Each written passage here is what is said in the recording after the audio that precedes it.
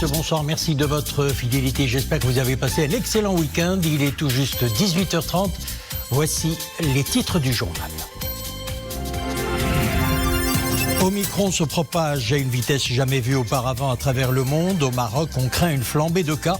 Après l'apparition de ce dangereux variant sur notre sol, il faut plus que jamais redoubler de vigilance et surtout ne pas oublier le rappel vaccinal. Reportage à Rabat sur l'importance de la 3e dose, notamment chez les personnes âgées.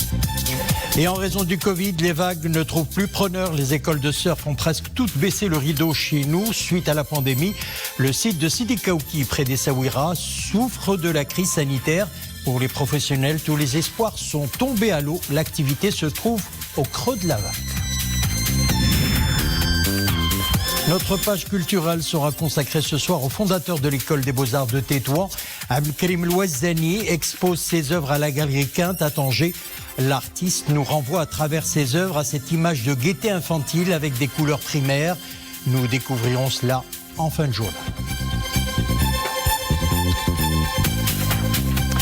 Nous entamons l'édition par le rappel de l'activité royale de la semaine qui s'achève. Sa Majesté le roi Mohamed VI a reçu mardi au Palais Royal de Rabat plusieurs nouveaux ambassadeurs dans les missions diplomatiques du royaume auxquelles le souverain a remis leur daïr de nomination. 19 ambassadeurs qui auront l'insigne honneur de représenter Sa Majesté le roi dans de nombreux pays, dans les continents africains, latino-américains, en Australie et en Asie.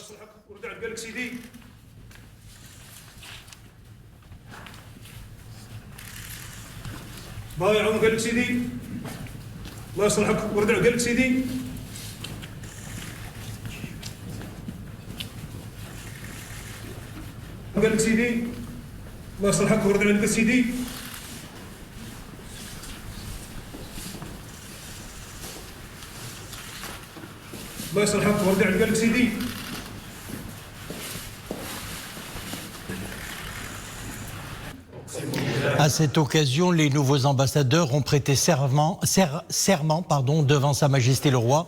Cette audience s'est déroulée en présence du ministre des Affaires étrangères, de la coopération africaine et des Marocains résidant à l'étranger, Nasser Bourita, et du chambellan de Sa Majesté le Roi, Sidi Mohamed Al-Alaoui. Rapidement transmissible et contagieuse, la souche Omicron suscite jour après jour de vives inquiétudes à travers le monde. Après l'apparition de ce dangereux variant sur notre sol et précisément Casablanca, le Maroc craint désormais une flambée des cas. Pour éviter ce scénario, il faut plus que jamais redoubler de vigilance, maintenir les gestes barrières et surtout pas oublier le rappel vaccinal. Reportage sur l'importance de la 3e dose à Rabat, particulièrement chez les personnes âgées, avec Samir Barka et Nisrine Aouzdar. Malgré une lutte planétaire acharnée, le Covid n'a toujours pas déposé les armes. Il ne cesse de donner du fil à retordre aux scientifiques. Devant ces permanentes mutations, seule une vaccination complète et générale peut nous aider à gagner ce combat. Sans la 3e dose, 6 mois plus tard, les 2 premières doses ne serviront à rien. Les seniors que nous avons croisés à Rabat en sont pleinement conscients. Cette souche se propage très rapidement. J'irai recevoir ma 3e dose dans les plus brefs délais. La conjoncture l'impose. Omicron risque de faire des ravages. Il ne faut pas prendre les choses à la légère. Le rappel vaccinal est une nécessité absolue. Regardez ce qui se passe actuellement en Europe. Tout le monde s'arrache la 3e dose parce que la situation est critique. La situation sanitaire est stable sous nos cieux, mais le combat contre le Covid est loin d'être terminé. Les spécialistes insistent plus que jamais sur la dose du rappel. Omicron n'est certes pas hautement pathogène, ni particulièrement dangereux, mais il se propage très rapidement. Et qui sait, peut-être que sa charge virale augmenterait dans les prochaines semaines. Il faut être préparé à tous les scénarios et bien se protéger. Les vaccins jusqu'ici développés sont efficaces, y compris contre cette nouvelle souche. Selon une nouvelle étude de l'OMS, le rappel vaccinal chez la personne dont la 2e dose remonte à plus de 6 mois améliore de 98% la protection vaccinale contre les décès. Et à présent, le bulletin quotidien de l'opération de vaccination anti-Covid. Près de 24,5 millions de personnes ont reçu une dose. Près de 23 millions ont reçu les 2 doses de vaccin. Et pour le moment, seulement 2 303 525 personnes ont reçu la dose de rappel. Pour ce qui est de la situation épidémiologique, 186 nouveaux cas d'infection ces dernières 24 heures et un décès à déplorer. Et puis l'OMS alerte la communauté internationale. Omicron n'est pas à prendre à la légère. Plus de 77 pays ont détecté le nouveau variant qui se répand à un rythme sans précédent.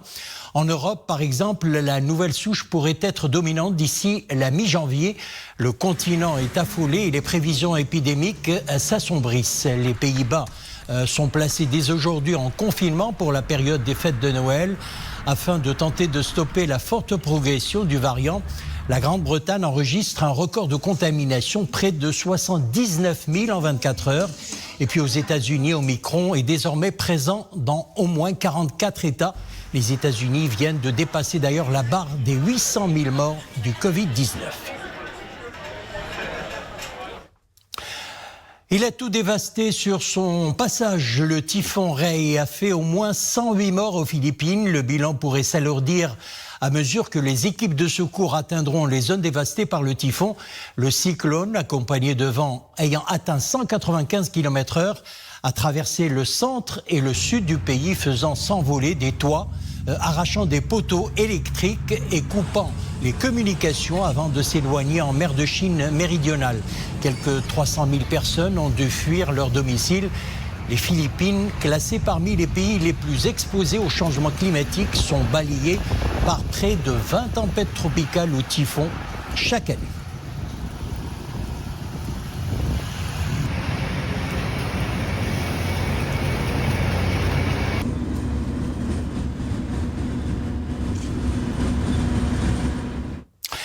Retour chez nous à présent. Il était l'un des premiers réalisateurs de la télévision marocaine.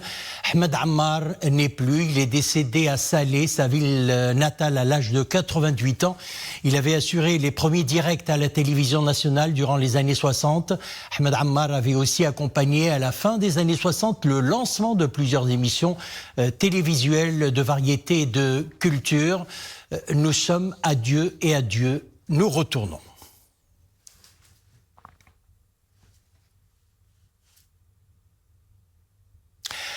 De Casablanca à Kénitra, en allant à Agadir ou encore Essaouira, l'activité du surf est dans le creux de la vague. Les écoles de surf ont presque toutes baissé le rideau suite à la pandémie. Appréciés des véliplanchistes et des surfeurs venus des 4 coins du monde, le site de Sidi Kaouki, les vagues ne trouvent plus preneur. Pour les sportifs passionnés, tous les espoirs sont tombés à l'eau en raison du Covid. Reportage Abdelghani Tahraoui et Mariam El-Messi. 4 km de plage, grosse houle. En ce mois de décembre, il fait bon surfer à Sidi Kaouki. Ce petit paradis des amoureux de la glisse est depuis 2 ans déserté de ses navigants. À l'horizon, quelques passionnés de l'océan y taquinent la vague, tous issus de la région. Avant la pandémie, de nombreux championnats de surf étaient disputés ici. Aujourd'hui, les clubs sont fermés. Il n'y a que nous, habitants de la région, qui faisons le plein de la belle vague. Le repli ne touche pas uniquement l'activité des surfeurs. La restauration, l'hôtellerie pâtissent également des effets de la pandémie. C'est dommage que les surfeurs sont privés de ce beau paysage côtier, à la fois sauvage et préservé. Un mal pour un bien, les camps de surf de la région profitent de cette agonie pour donner un coup de neuf à leurs équipements. En temps normal, toute l'Europe se retrouve à Sidi Kaouki. Cela fait 2 ans que nous n'avons plus ressorti nos planches. L'activité avait légèrement repris en août dernier avec l'arrivée d'une poignée de touristes nationaux. Sans aucune visibilité de reprise, les sportifs en combinaison peinent à se remettre dans les eaux. Leur activité fait pourtant vivre la majorité de la population aux côtés de la pêche artisanale. On reste dans le domaine du sport avec la 6e édition du championnat national de moto, cross et de cross-country. Ça s'est passé ce week-end à Médiouna dans une ambiance de convivialité et de bonne humeur. Des dizaines de candidats représentant différents clubs nationaux y ont pris part sous le regard d'un public émerveillé par ce spectacle en plein air. Des bourlingueurs juniors et seniors rassemblés par l'amour de la vitesse et de l'adrénaline.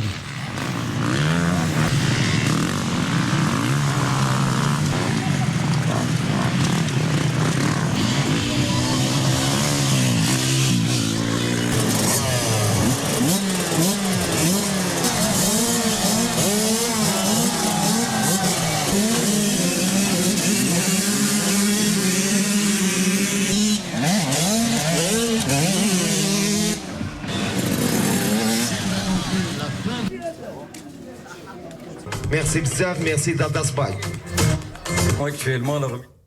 Voilà, les moteurs ont bien ronflé. Dessinateur, peintre et sculpteur, fondateur de l'école des beaux-arts de Tétouan, Abdelkarim El-Ouazzani nous renvoie à travers ses œuvres à cette image de gaieté infantile avec des couleurs primaires. Et là, nous entamons la page culturelle. Il est le premier peintre marocain à évoluer dans la mouvance de la figuration libre. Il est présent à la Galerie Quinte à Tanger. On découvre, c'est avec Abdelali Ghnouni et Oumaima Rabli.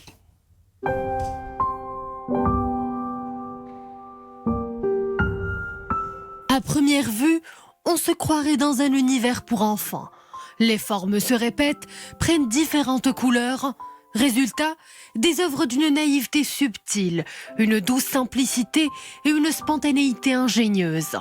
Bienvenue dans l'univers d'Abdelkarim El-Ouazzani, doux et fragile, infiniment grand et petit.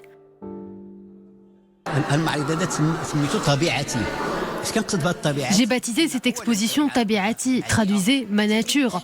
Toutes les œuvres exposées ont attrait à la nature et à ma nature, ce que je suis.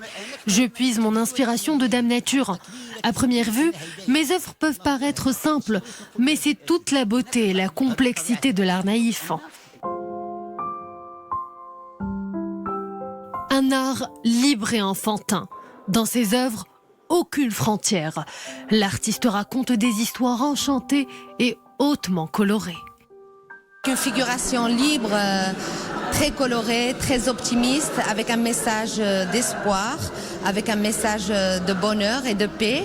Je pense que c'est une bonne façon de finir l'année. Les œuvres d'Abdelkarim El-Ouazzani captent le regard. Entre couleurs intenses et formes qui peuvent s'avérer intrigantes, l'artiste ne cesse de nous surprendre, et cela depuis 40 ans. Une carrière de plus de 4 décades. L'artiste est également le père fondateur de l'école des beaux-arts de Tétouan. L'homme porte l'art naïf marocain au rang des grands.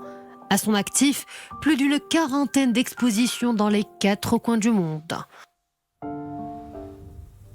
Voilà, si vous êtes de passage à Tanger, vous voulez découvrir ces œuvres, c'est à la Galerie Quinte, donc de la ville du Détroit. C'est la fin de notre édition.